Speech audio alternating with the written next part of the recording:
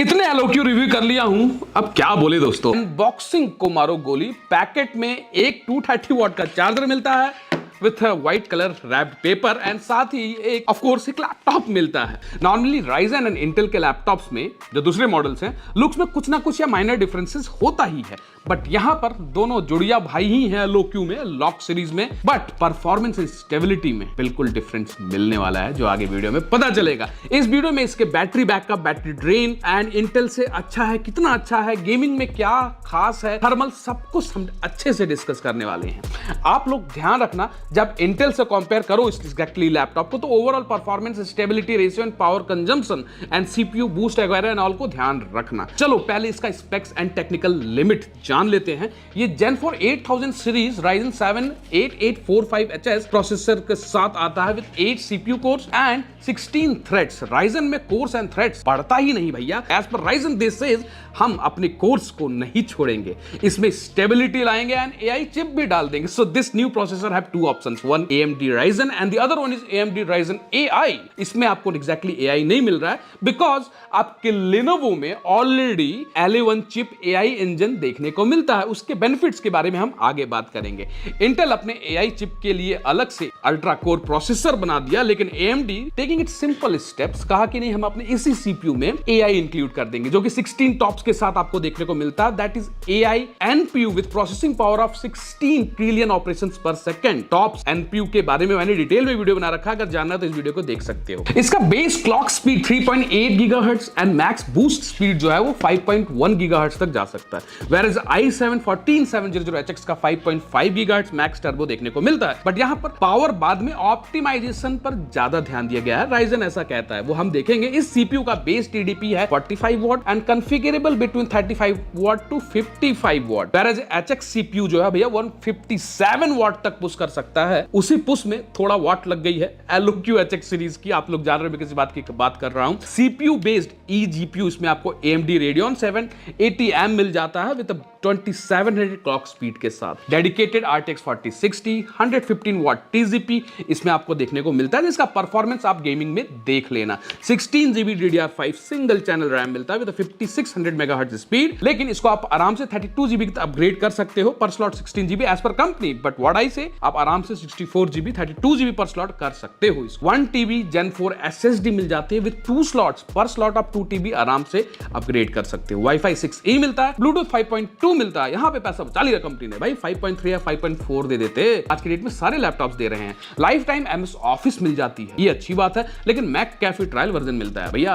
लाख रुपए के लैपटॉप के ऊपर मैक कैफे कम से कम 1 ईयर का देना चाहिए। ट्रायल वर्जन से क्या फायदा। लुक्स एंड बिल्ड की जहां तक बात करें, ऑलरेडी जनता जानती है, बट फिर भी जो लोग फर्स्ट टाइम लॉक सीरीज देख रहे हैं उनके लिए it's clean and aesthetic look मिल जाता है। लूना ग्रे कलर मिलता है, जिसको Lenovo अलग सा नाम दिया लूना ग्रे। एग्जैक्टली कलर अच्छा है। कंप्लीट पॉलीकार्बोनेट बिल्ड के साथ आपको मिलता है complete laptop. Body flex minor सा है, कीबोर्ड फ्लेक्स भी आपको माइनर सा ना के बराबर ही देखने को मिलता है। Hinges are of good quality. Wobbling आपके सामने है, कुछ ज्यादा नहीं है, it's okay. Laptop weight ratio के हिसाब से काफी अच्छा भाई। सिंगल हैंडेडली आपका लैपटॉप आसानी से हो जाता है विदाउट एनी प्रॉब्लम। जहां तक लैपटॉप की वेट की बात है तो 2.4 kg का ये लैपटॉप है, थोड़ा हैवियर साइड है, बट चार्जर के साथ 2.8 kg हो जाएगा तो कंधे पर थोड़ा सा बोझ आने वाला है। कीबोर्ड सही बताऊं तो इसका एक सबसे बड़ा प्लस पॉइंट है, फुल साइज कीबोर्ड मिलता है, काफी स्पेसिंग के साथ क्रिएट किया गया, well size and even arrow keys को भी फुल साइज रखा गया, जिससे गेमिंग में इशू नहीं फेस होने वाला। Typing experience is good and full black finish में आपको पास थ्रू कीज मिल जाती हैं विद 4 जोन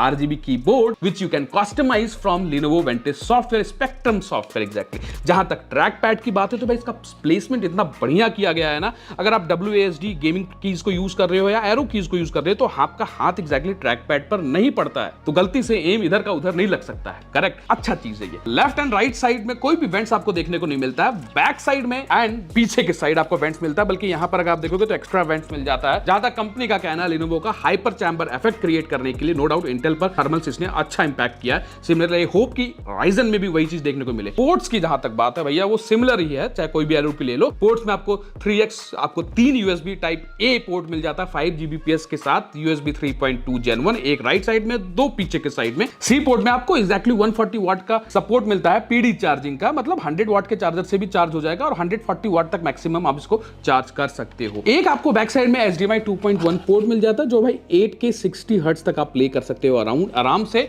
और 2K गेम हमने ऑलरेडी खेल कर दिखाए हैं, जो कि 144 के स्क्रीन पे भी आप आराम से 144 हर्ट्ज पर प्ले कर सकते हो। एक आपको हेडफोन माइक्रोफोन कॉम्बो जैक मिल जाता है 3.5 mm का, और इथरनेट RJ45 का भी कनेक्टर मिल जाता है। इसका डिस्प्ले देख लेते हैं। उसके पहले ये बता दूं, ये लैपटॉप मैंने संपत्ति कंप्यूटर से अरेंज किया है। काफी रिक्वेस्ट के बाद राइजन वाला वर्जन हमने अरेंज कर पाए। So if you are planning to buy this laptop at the best deal, ये लैपटॉप या कोई और brand like HP, Dell and other things, specially Lenovo के लिए आप राम को कॉल कर सकते हो, डिस्क्रिप्शन में नंबर है। एंड फॉर अदर ब्रांड्स आप सोनू जी को, योगेश को एंड ऑल कॉल कर सकते हो, एंड आपको वहां पे डेमो पीस भी मिल जाएगा। And for the best deal you can ask them, और कुछ डाउट हो तो मेरे से भी बात कर सकते हो। डिस्प्ले इसमें एग्जैक्टली आपको 15.6 FHD 1920 IPS टेक्नोलॉजी मिल जाता है, 144 हर्ट्ज रिफ्रेश रेट है, 100% sRGB है, तो कलर ग्रेड वर्क में कोई दिक्कत नहीं आने वाला है। 300 निट्स ब्राइटनेस है, 400 होना चाहिए था, बट ठीक है 300 इज काफी है। एंटी ग्लेयर स्क्रीन मिल जाती है आपको इसमें। G-Sync कंपैटिबल ये लैपटॉप है, और भाई एग्जैक्टली गेमिंग के वक्त में या OTT वॉचिंग एंड ऑल पर कलर रेशियो लैपटॉप का काफी बेहतरीन लगता है, सही बताऊं तो। अब जो बैटरी ड्रेन की बात कर रहे थे आप लोग, इसमें मुझे लॉन्ग आवर गेमिंग के बाद भी कोई बैटरी ड्रेन इशू नहीं फील हुआ। इट्स ऑलवेज 100%, दैट शोज की Ryzen edition you don't need undervolt and all, because ये उतना ही पावर पुश करता है जितना रिक्वायर्ड है। इंटेल वाला ज्यादा पुश करता है, 2-3 FPS एक्स्ट्रा निकाल देता है, लेकिन बैटरी ऑप्टिमाइजेशन इसमें मेरे को बेटर लगा। एंड इसका overall architecture, design, motherboard is compatible with AMD। But एक छोटा सा इशू है जो मैं आपको गेमिंग में बताऊंगा। ओवरऑल बैटरी बैकअप जहां तक बात है, वहां पर मेरे को भाई 64 वाट आवर की इसमें बैटरी मिलती है, जो eGPU मोड पर, क्वाइट मोड पर आराम से 3.5 से 4 घंटे का बैटरी बैकअप दे देता है, जो कि इंटेल से 10 से 15% ज्यादा है एग्जैक्टली देखा जाए। लेकिन इन परफॉर्मेंस मोड गेम चलाया एंड कुछ वीडियोस भी देखा, तो भाई 1 से 1.5 घंटा या 1.25 आवर्स में बैकअप चला गया। उतना दे देगा, उतना ही देगा, कोई भी लैपटॉप आप ले लो। बैटरी टेस्ट भैया हमने 126 AM पर स्टार्ट किया, मल्टीपल ब्राउजर्स ऑन कर दिया, क्वाइट मोड, iGPU मोड कर दिया, मस्ट ऑन 4 के वीडियो चला दिया, हाइब्रिड iGPU ओनली मोड पर नेटवर्क बूस्ट एंड ऑल बंद कर दिया, और ये सारे बैकग्राउंड एप्लीकेशन चल रहे हैं भैया। 91% एस्टिमेटेड 3 आवर 48 मिनट्स, और अगर आप लास्ट में देखोगे तो भैया ये 4:14 AM तक चला। एक अच्छी बात है कि बैटरी मोड पर ज्यादा परफॉर्मेंस ड्रॉप नहीं देखने को मिला मेरे को। 50 वाट TZP कंज्यूम कर रहा था GPU का, और 65 to 75 FPS भी मेरे को देखने को मिल रहा था Forza Forbidden West में, जैसा आप स्क्रीन पर देख पा रहे हो। This laptop comes with AI Engine Plus with L11 chip, which supports scenario detection, smart FPS increases and battery backup and CPU GPU का correlation। अब कैसे है बताता हूं, जो कि आप exactly इसके Lenovo Vantage सॉफ्टवेयर से एक्सेस कर सकते हो। So this L11 chip exactly monitors CPU and GPU load, दोनों का लोड डायनेमिकली एडजस्ट करता है एंड अकॉर्डिंगली मैनेज करता है to squeeze and give you the maximum performance from the internals. Exactly as per company, there are sensors on the chipboard, on the motherboard interface designed for Lenovo, which helps to do so। And अब इसका performance benchmark देख लेते हैं। Performance benchmark में R23 का score भाई 16,789, जो कि एग्जैक्टली Ryzen 7840HS से 500,000 कुछ ज्यादा है। तो भाई परफॉर्मेंस में बूस्ट तो है इस वाले प्रोसेसर में। रेस्ट 3D Mark 10 में अगर आप देखोगे तो स्कोर 10,452, जो कि एक अच्छा स्कोर कहलाएगा। ग्राफिक्स स्कोर 4060 है भैया, तो उसके हिसाब से अच्छा निकला। PC Mark 10 भी अगेन 6014 के around. This is exactly Ryzen 7 8000 series का जो आसपास का स्कोर है वही है। सिमिलरली अब अगर आप Geekbench स्कोर देखोगे तो this is multi core somewhere around 10,000 score, and Geekbench 4060 का स्कोर 97,000 के अराउंड है। ये आप अगर DGPU पे निकालोगे तो 1 लाख के अराउंड निकलेगा। सिमिलरली VR Mark 10 भी 9800 अप्रॉक्सीमेटली 10,000 के अराउंड निकल कर आ रहा है। प्लस अगर आप क्रॉस Mark 10 देखोगे तो ये भी अगर आप बूस्ट मोड पर रखोगे तो ये भी आपका अराउंड 1800 के अराउंड निकल कर आएगा। अगर रीड राइट स्पीड देखोगे तो ये आपको 5050, जो कि Gen 4 का मिड लेवल आपको स्कोर निकल कर आ रहा है। Lenovo Vantage सॉफ्टवेयर कैसे यूटिलाइज करें ये जानना जरूरी है अगर आप LOQ या लीजन सीरीज लैपटॉप ले रहे हो। सॉफ्टवेयर ओपन करते ही आपको डैशबोर्ड दिख जाएगा, GPU CPU clock speed and VRAM utilisation देखने को मिल जाएगा, एंड राइट साइड में थर्मल मोड मिल जाएगा, जिसमें आप ऑल टाइम बूस्टेड टास्क अगर करना हो तो उसके लिए परफॉर्मेंस मोड सेलेक्ट करके रख सकते हो। रेस्ट बैलेंस मोड पर रखें।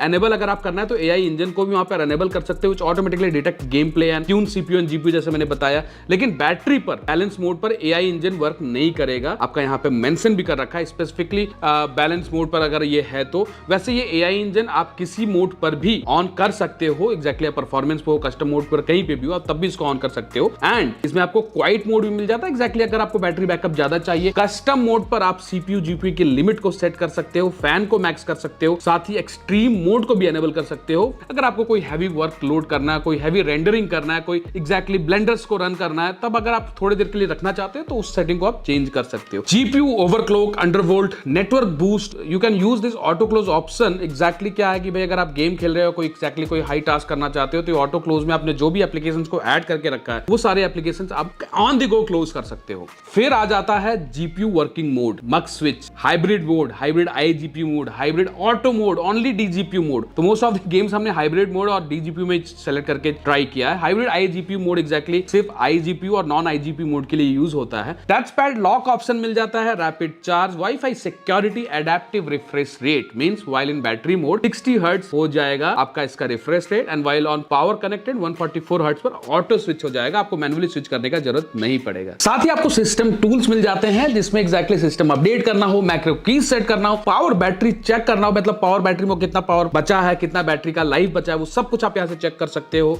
आपको गाइड मिल जाता है, मीडिया मैनुअल हार्डवेयर चेक करना हो, हार्डवेयर मैनुअल चेक करना हो, डायनामिक मोड जाकर आप किसको ऑडियो क्वालिटी को अप एंड डाउन करना है, ई स्पोर्ट गेमिंग मोड पर एफपीएस मोड जाना है, ये सब कुछ ऑप्शन मिल जाता है। और एक वन अवतार मोड करके है, किसी ने अपना अवतार क्रिएट किया हो लिनोवो के वेबसाइट पर तो बताना मेरे को, मैंने तो नहीं ट्राई किया। आप थोड़ा गेमिंग टेस्ट कर लिया जाए, जो कि हमने performance mode and hybrid mode plus dGPU mode के मिक्सचर के यूज करते हुए किया है। साथ ही एफएसडी एंड 2K गेमिंग दोनों हमने ट्राई किया है। इसमें गेमिंग में पहले ही हमने माइल्स मोराल के साथ टेस्ट किया और भैया हाई डीएलएसएस ऑन में 130 एफपीएस। टेम्परेचर आगे दिखाऊंगा भाई, राइजन में थोड़ा सा दिक्कत होता है टेम्परेचर रीडिंग में, बट मैं आपको आगे एक्सप्लेन कर दूंगा।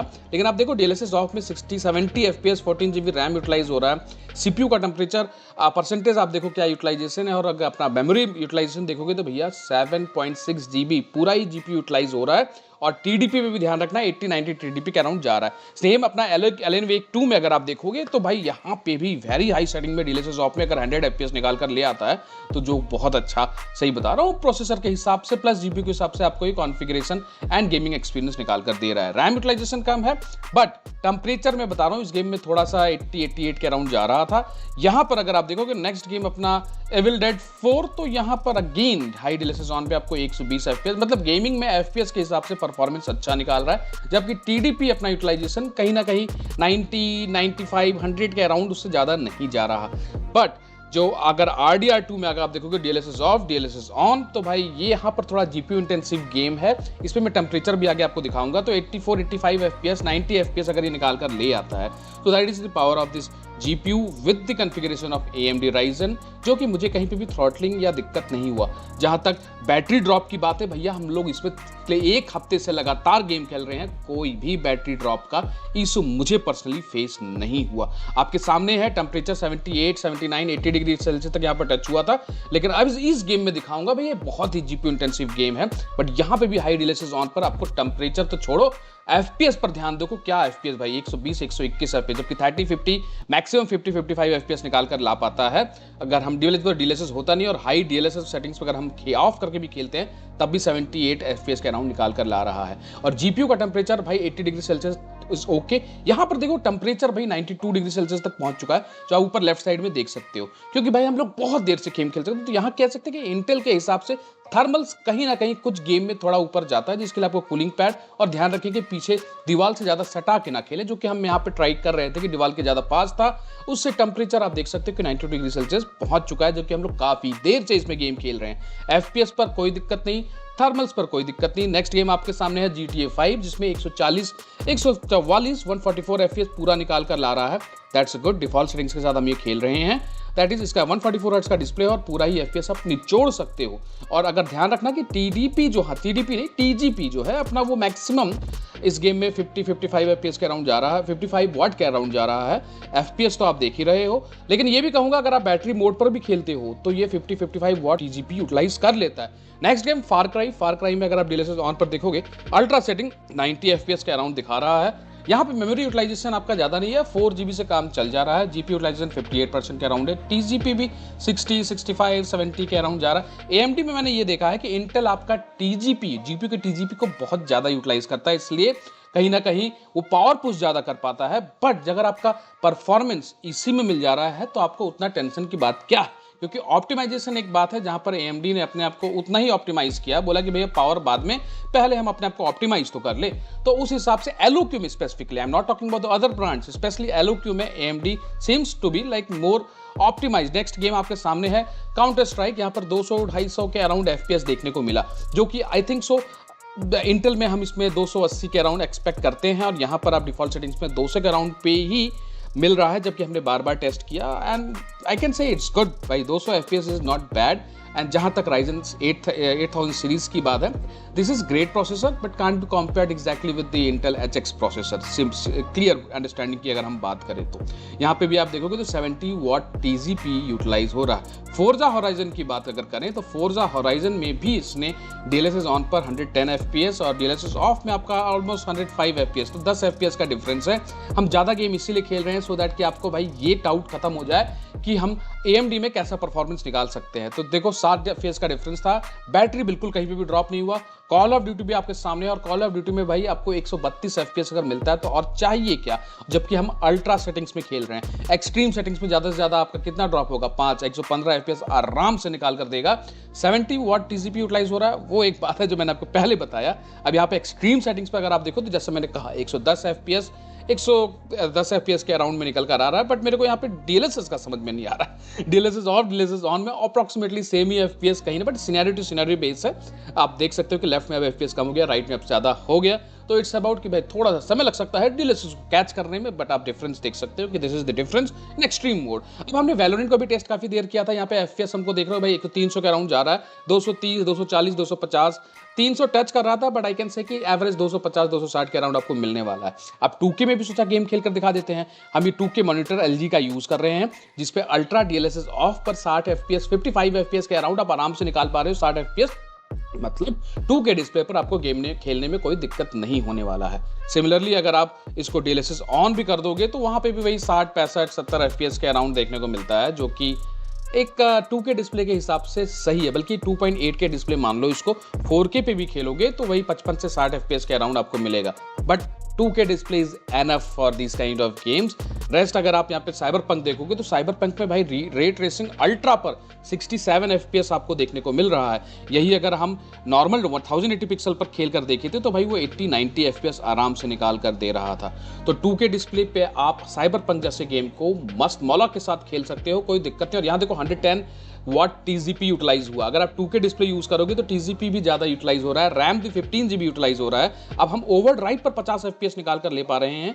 आप यही समझ लो, अगर आप FSD पर खेलोगे तो क्या ही परफॉर्मेंस निकाल कर लाएगा, जब आप 2K पर 100 वॉट TGP के साथ आराम से 15 GB रैम यूटिलाइज हो रहा है और मस्त गेमिंग कर रहे हो। आई होप गेमिंग से आपको अच्छा आइडिया लग गया होगा। अच्छा FPS निकाल कर दिया almost all of the games में, एंड इवन 2K गेमिंग में भी आराम से इसने एक अच्छा FPS निकाल कर आपको दिया। करेक्ट। जहां तक 4K एडिटिंग की बात है तो CPU is capable enough to edit the 4K for 60 FPS footage in multiple layer and handle After Effects file also, but again Ryzen 7 8845HS compared to Intel i7 HX processor, it's little less in power. Simple सी बात है, यहां कोई doubt नहीं है। दोनों का R23 में जमीन आसमान का फर्क है। So I will suggest for heavy file, अगर आप कर रहे हो 4K 60 FPS तो भाई 1/4 पर रखकर टाइम लेन को एडिट करना तो थोड़ा आपके लिए आसान पड़ेगा, बिकॉज हम आफ्टर इफेक्ट्स फाइल्स भी तो डाल रखे होते हैं। And render time is good as you are getting 8 GB VRAM 4060।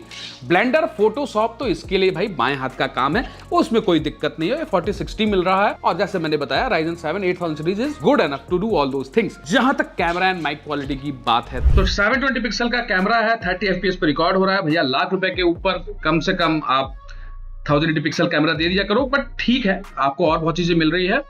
आप बताओ कमेंट करके कि इसका माइक क्वालिटी और कैमरा क्वालिटी आपको कैसा लगा। तो भैया 1 लाख के ऊपर के लैपटॉप में 720 पिक्सल देना बंद करिए कंपनी। यहाँ तो भाई आप कम से कम 1080 पिक्सल दो, बट ठीक है गेमिंग लैपटॉप है, कहाँ हमको वीडियो कॉल पर बात करना है, बट होता तो अच्छा रहता। लेकिन average video call and all पर दिक्कत उतनी नहीं होने वाली है। स्पीकर क्वालिटी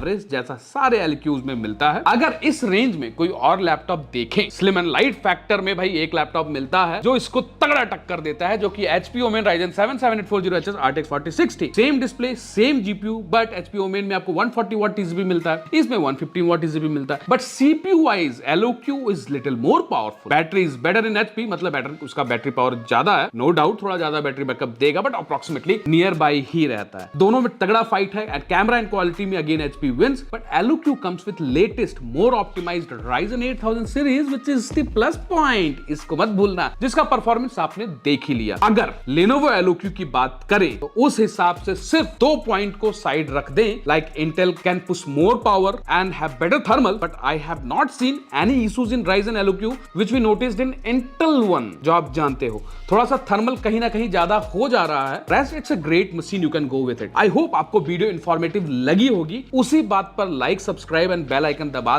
देना। एंड डिस्क्रिप्शन में राम का भी नंबर डाल रखा हूं, योगेश एंड सोनू जी का भी नंबर है, कोई भी लैपटॉप लेना हो, प्लान कर रहे हो तो उनको कॉल कर सकते हो। रेस्ट इसका ऑनलाइन लिंक भी लैपटॉप का मैं डिस्क्रिप्शन में दे दिया, वहां जाकर चेकआउट कर सकते हो। आई होप वीडियो अच्छी लगी होगी, तो भूलना मत लाइक एंड सब्सक्राइब करना।